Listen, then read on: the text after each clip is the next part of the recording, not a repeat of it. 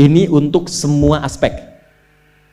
Saya berikan ijazah amalan dari guru-guru kami juga untuk semua aspek. Jadi kalau ilmu insya Allah meningkat lebih kuat, kalau bisnis, kalau bekerja itu lebih lancar dan dilindungi oleh Allah, ya berkah. Kalau di birokrasi, di kedudukan, di apapun, itu pun diangkat oleh Allah dengan cara yang baik dan terhormat, ya karirnya di semua aspek. Satu sholat amalannya.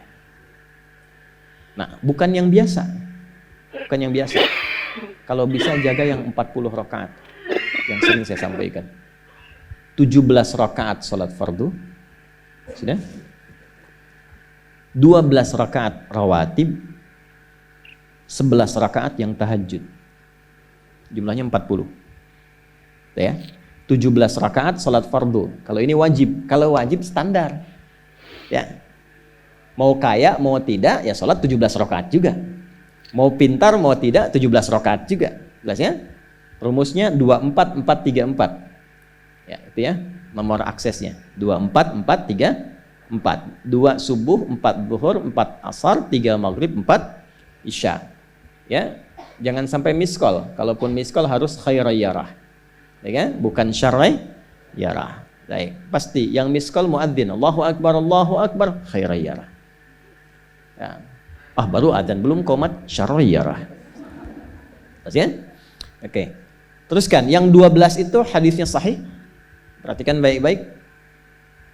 Man shalla isnatai asyrata rak'atan fi yaumin wa lailatin. Siapa yang menunaikan salat sunnah 12 rakaat yang mengiringi salat fardunya siang dan malam. Sudah, arba'an qabla dhuhri, 4 rakaat sebelum zuhur. 4 rakaat sebelum zuhur. Teknisnya bisa langsung 4 atau 2-2. 2 kemudian salam, 2 rakaat lagi salam. Jelas? Baik. Kemudian arba'an qabla dhuhri, rak'ataini ba'daha, 2 rakaat setelahnya. Setelah zuhur 2 rakaat. 4 tambah 2 berapa? 6. Rak'ataini ba'dal maghrib, 2 rakaat setelah maghrib. 6 tambah 2 8. Rak'ataini ba'dal isya, 2 rakaat setelah isya. 8 tambah 2 10. Rak'ataini qabla al-fajri, 2 rakaat sebelum subuh. 12 ya. Nah, jaga yang 12 ini. Jaga yang 12. Kalau sebelum zuhur tidak memungkinkan 4, misal sebelum zuhur. Karena kasusnya bisa berbeda. Ada Ibnu Umar, Abdullah bin Umar radhiyallahu taala anhuma menemukan kasus berbeda, seperti Anda di kantoran waktu singkat saat Ramadan, kan? Dapatnya cuma mungkin 2. Maka ada hadis dari Nabi sallallahu alaihi wasallam, riwayatnya Ibnu Umar. Qala au kama qala hafidtu an Rasulillah sallallahu alaihi wasallam 10 rakaat. Saya hafal dari Nabi 10 rakaat. Kalau tidak sempat sebelum zuhur 4, boleh 2. Nah, dari Ibnu Umar ini sebelum zuhurnya 2 rakaat. Sebelum zuhurnya berapa? 2 rakaat. Jadi kalau bisa 4, kalau tidak memungkinkan berapa? 2. Orang yang terbiasa 4, lalu karena kondisi tertentu dia mengerjakan 2, tetap dicatatkan oleh malaikat 4 jumlahnya. Dari mana dalilnya? Hadis. Idza maridal abdu aw safar kutiba lahu mithla ma kana alaihi muqiman sahiha. Kalau seseorang sakit atau bepergian jauh atau dia sedang punya uzur syar'i seperti 2 hal tadi, dan tak mampu melakukan amalan rutinnya seperti biasa, maka tetap dituliskan pahalanya sempurna seperti rutin dan mukimnya. Contoh, ibu mohon maaf ya bu ya, mohon maaf. Perempuan dalam keadaan suci, sholat subuhnya berapa rakaat? 2, ya 2 kan nggak mungkin 3 kan? Baik ya, 2 rakaat. Sholat qabliyahnya berapa rakaat? 2 rakaat. Baik. Setelah itu baca Quran enggak? Alhamdulillah. Bisa 1 halaman, kan? Bisa. Ibu kerjakan saat suci. Saat sedang tidak suci, masa haid tiba, sholat tidak? Tidak. Baca Quran tidak? Nah, kalau punya kebiasaan sholat, baca Quran, dan tiba masa haidnya, itu pahalanya tetap dituliskan sesuai kebiasaan. Harus tahu itu. Makanya manfaatkan, karena kalau sudah tiba masa monofos, sama. Itu Allah tuh memberikan kemuliaan khusus. Makanya bu, kalau ngaji dengan ustadz-ustadz tertentu, bikin kurikulum ngajinya fikih perempuan aja, gak usah jauh-jauh. Fikih perempuan. Keluarkan karena banyak pahala mengalir di dalamnya. Ya. Dan kadang-kadang saya suka bingung kalau bahas fikih rumah tangga itu kenapa yang tegang-tegang gitu. Sekarang fikih parenting sekarang tuh kayaknya menegangkan antara surga neraka aja tuh. Tanggung jawab suami, hati-hati dengan istri. Padahal Qur'annya mengatakan rumah tangga itu penuh dengan permainan yang menyenangkan. Yang ada banyak candanya. Gitu. Coba keluarkan tuh hadis-hadis itu ya. Ibu tahu salah satu istri Nabi ada namanya Sayyidah Saudah binti Zam'ah. Itu sepuh, Bu. Usianya sekitar 70 tahunan ke atas. Dan beliau Nabi SAW bangunkan rumahnya, itu kamarnya di samping Sayyidah Aisyah, dekat situ, dekat Raudhah. Sepuhnya luar biasa, hobinya bikin makanan, masak. Satu kali ketika beliau sedang ngolah tepung, Nabi pulang, pas kemudian bagiannya Sayyidah Saudah binti Zam'ah datang sedang ngolah tepung, atau dalam riwayat atau kama hadas itu dicolek tepungnya, bermain bercanda, dicolekkan di keningnya, di kening istrinya. Nah, itu sudah sepuh, dicolekkan, masih bercanda, masih tertawa. Kalau bahasa kita masih panggil sayang gitu. Ini kapan kakek nenek masih bilang sayang dan canda. Ini penuh dengan demikian ya. Ini yang mau saya kembalikan tuh, ya nilai-nilai tadi.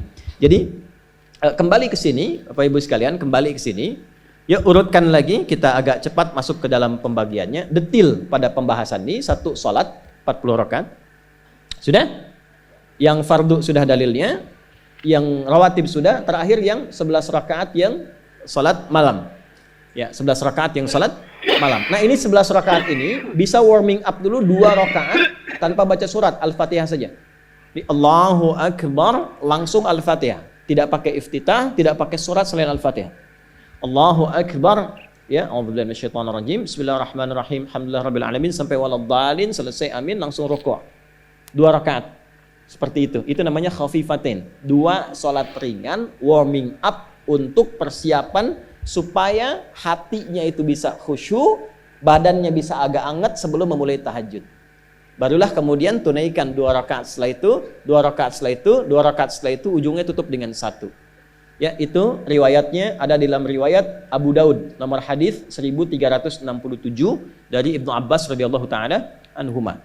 Ya, juga disampaikan dalam riwayat Ibnu Umar radhiyallahu taala anhuma ketika beliau mengatakan dari Nabi sallallahu alaihi wasallam, "Shalatul laili mathna mathna, fa idza khasya ahadakumul fajra falyutir rak'atan wahidah." Kalau pengen mulai tahajud 2 rakaat dulu. Sampai merasa enak. Dan tolong ingat ya, tolong enggak usah panjang-panjang dulu suratnya. Untuk berlatih 11, mulai dengan 2 dulu. Kalau belum sempat 11, 2 dulu. 2 rakaat aja, tolong mohon jangan paksa tambah 2 rakaat. Itu pun bangunnya jangan terlalu malam. Jangan terlalu awal malam. Subuh jam berapa sekarang?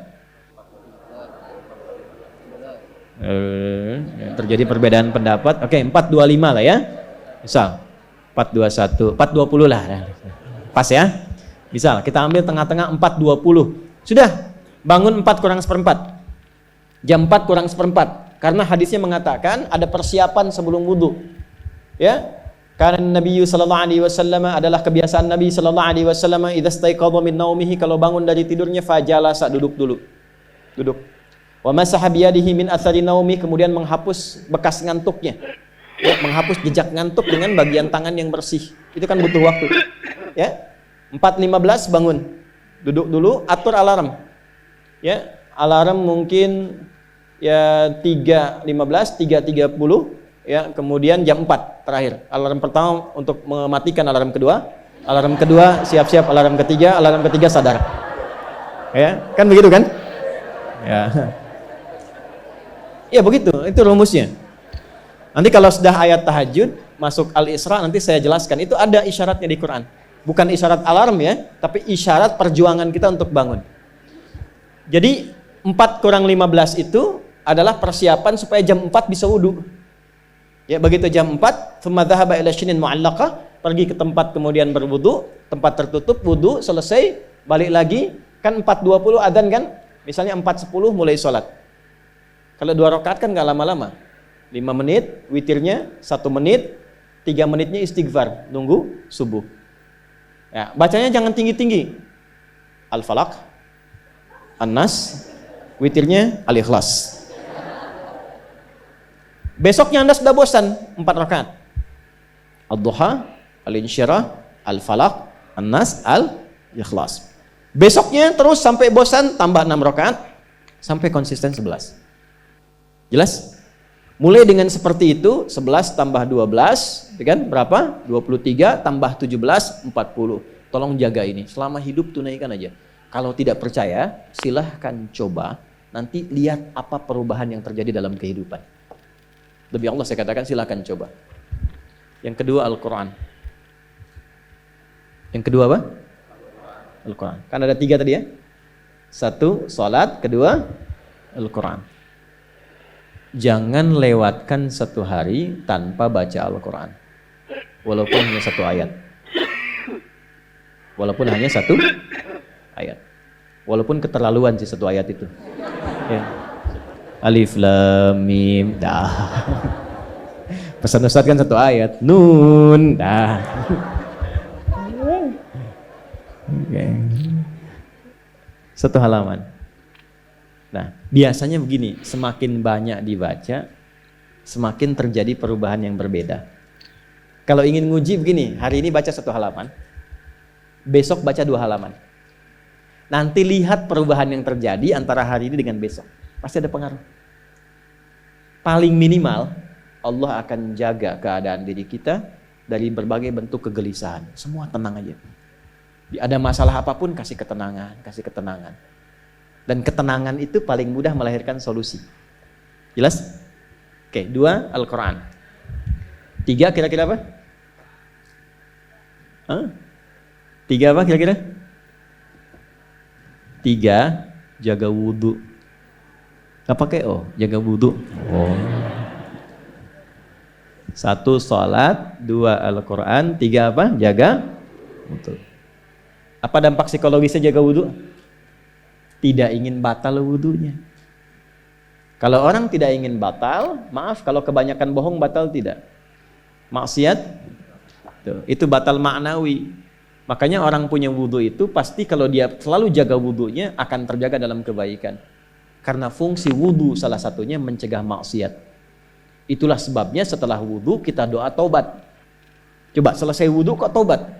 Asyhadu an la ilaha illallah wa asyhadu anna Muhammadan Rasulullah. Kemudian Allahumma ja'alni minat tawwabin. Ya Allah, jadikan aku orang yang selalu tobat, bebas dari maksiat. Itulah rahasia wudhu.